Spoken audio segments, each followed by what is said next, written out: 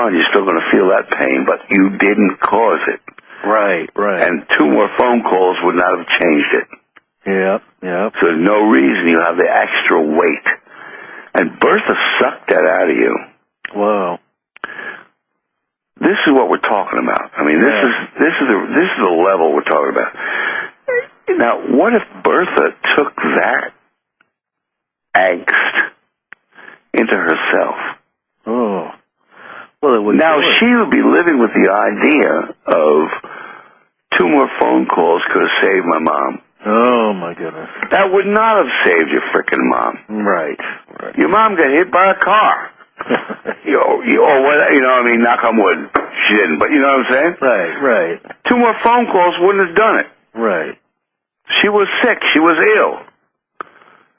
So why, if Bertha takes that pain into herself, that pain doesn't want to die. That pain's got its own life. Mm-hmm. She needs to eliminate that. And she needs to put it in a place where it won't hurt someone else. Right. Because it was your pain. It doesn't need to affect anyone else. And in the simple, when you vomit ayahuasca, you vomit that pain. Not the memory of losing your mom. That's vital. That's important. Yeah. Of course you still feel that. But the weight of, am I guilty? Am I this? Am I that? Right. Yeah. Well, what good is that doing you? What good is that doing you? Nothing. Maybe if you were responsible, it would do good. But in real life, it's probably not doing you much good. You're just walking around like you want to kiss a girl, you want to kiss a boy, you want to kiss a dog, and you're like, oh, I'm not worthy. Right. I could have called my mom. Right. And so you're not living with the full extent. Well, yes, you lost your mom. Feel the pain. Accept it. But the guilt part, throw it away. Throw it away. So the ayahuasca experience processes a lot of the unnecessary suffering that the baggage that we carry around. But now, if that's true, wouldn't that invisible energy that comes out of us, kind of like a negative spirit or a demonic kind of thing, wouldn't that go back onto the earth? I mean, doesn't it get recycled there, or what happens to it then? Okay. Now, this is where drinking the ayahuasca with the right curandero. Right. Curandero means cure. Healer. Okay. Right. Curer. Curandero. We call them ayahuasqueros, we call them shamans. Shamans from Tinglet, right? Yeah. I mean, that's Mike Horner back in 1958 or something, right? From the Russians. Yeah. From Siberia. That's just one particular group, and we've now expanded that. But in real life, curandero, cure is a better word. Healer, doctor, doc. Right. You know, they know that when stuff is eliminated, it must be put somewhere. In my experience, now, everybody can do it on their own. They don't need a curandero. They can blah, blah, blah. But in my experience, I always drank with Julio or Roberto or Alberto or, Airport One or, you know what I mean? Yeah. So I always drank with curandero. These guys knew where to put that shit. Oh, yeah, right, exactly. And so I would throw it up. They didn't just leave it on the ground. Right. They didn't just say, 30-second rule. Like we used to do in the kitchen, you know what I mean? Yeah. Drop the hammer, 30 seconds! No. It never hit the ground. Right. If it did hit the ground, you got a problem tomorrow. Yeah. When one of the 6 people, in my own experience, when the curandero once in a while ends up not strong enough, you definitely have a problem if I've got 7 or 8 guests who are getting rid of some of this negative stuff, and some of it's disease-oriented, Oh, dear. Some is just plain negativity. Right. Like, I hate my sister. Yeah. I was the baby, but only for 1 year. And then she came along, and she was the baby. Right. It sounds simple, but, I mean, this is the cause of more wars than we can imagine, right? That's right. And this is the stuff people carry around. Yeah, exactly. Yeah, I mean, it really is. I mean, we don't even count it as important. But it really, really, really is important. It is important.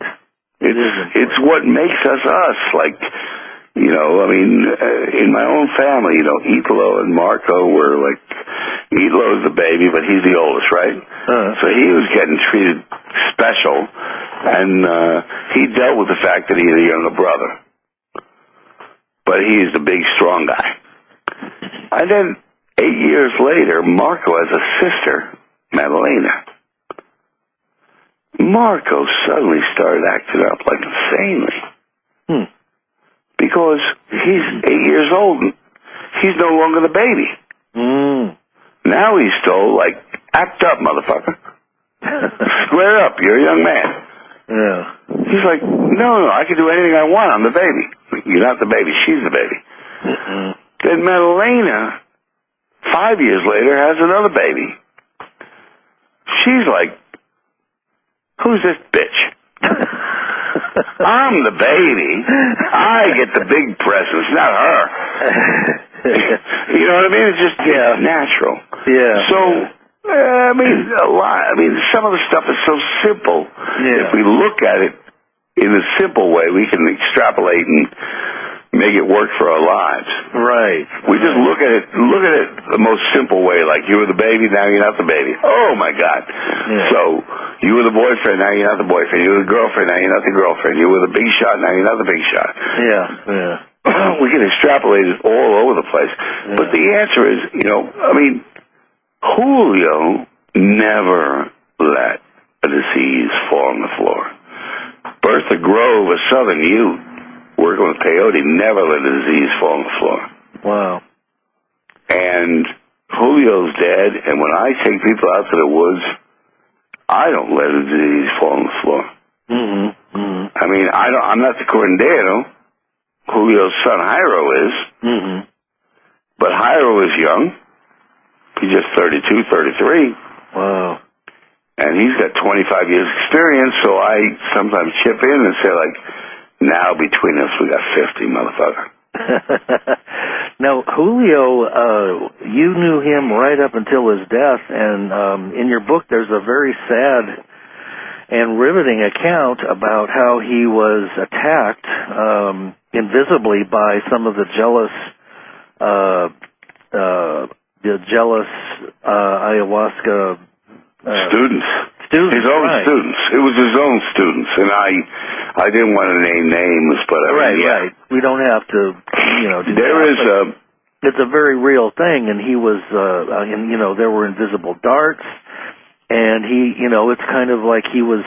They tried to take him down so they could get his power. The belief in Peru, Ecuador, and Bolivia, probably in Brazil, but I don't know enough about Eastern Brazil, but certainly in Western Brazil, is that when the curandero dies, whoever is next to him collects his spirit aids. And so when a curandero is near death, even if it's natural, right, just from old age, I mean, you're 97 years old, you know, you're getting old, right? So you're gonna stop breathing sooner or later. Right. I mean, it's just the way life works. Right. But there is a belief, and it may be valid, that whoever is there when he dies collects his allies, his spirit helpers. Right. The guides, the team, and so on and so forth. And whatever you want to call it. Man, if you don't know this stuff, then it's hard to believe that there are allies. If you were Catholic, I would say the person could collect your guardian angel. Okay. If you were Jewish, I don't know what the term would be. I don't know either. I'm sorry, I'm just Catholic. But I mean, guardian angels. Right, right. The ones who, when you go to step off the sidewalk, suddenly you stop in mid-step and you wonder, what the fuck did I stop for? Zoom, the bus comes by. Right, right. If you just stepped 1/2 second more, yep, you'd be dead. You'd be dead. Yep. And you're like, oh, I guess that was my guardian angel, or whatever you want to call it. So I don't mean to be religious or religious specific. I'm just saying that's what you would call an ally. Right. That was the motherfucker that said, not 1 inch more. Right. You have a cramp in your leg. Oh! Yeah. There's the bus. Motherfucker. How'd that happen? Well, now you cramp gone, so you can walk across the street. So, the belief in a lot of the ayahuasca world in South American third world is that anyone who's there at the moment of death gets to collect those spirit helpers. Okay. Even, and I have a hard time with this, if you're the one who killed the curandero. Really? As if they are the slaves of the curandero. Oh. So it's and you get to grab the slaves. Now, in my experience, after 28 years, and a lot of practice, I don't have any slaves. Right. I got 4 helpers. Okay. Julio gave me 3 of those 4. Wow. To say, help this idiot. Right. And they helped me a lot. Wow. I can't imagine them as my slaves. So I don't know how much more ayahuasca I would have to drink. Yeah. What deals with the devil or with God I would have to make to make them my slaves. But I certainly cannot imagine that anyone could hit me with negativity to prey on my cigarette smoking, to cause cancer, cause me to die, and then sit there and say, I'm grabbing you, man with the hat. I'm grabbing you, Sechabaquita. I'm grabbing you, Sierra Madre. Yeah. The Sierra Madre and the man with the hat and the Sechabaquita and the snake in my belly, they're not going with you if you mess with me. They're only here at the behest of Julio to begin with. Right, right. But the belief in Peru is that does happen. Well, isn't that a kind of a form of? I guess we could call it the black magic or the dark side of the force, so to speak. You know. Well, I want to jump in here, and I apologize because I keep jumping in all over the place. Black magic is a tricky subject. There is a negativity, but it is certainly not black magic. Okay. All right. There is a power where if you just drink ayahuasca 20 or 30, 40 times, you might be able to walk into a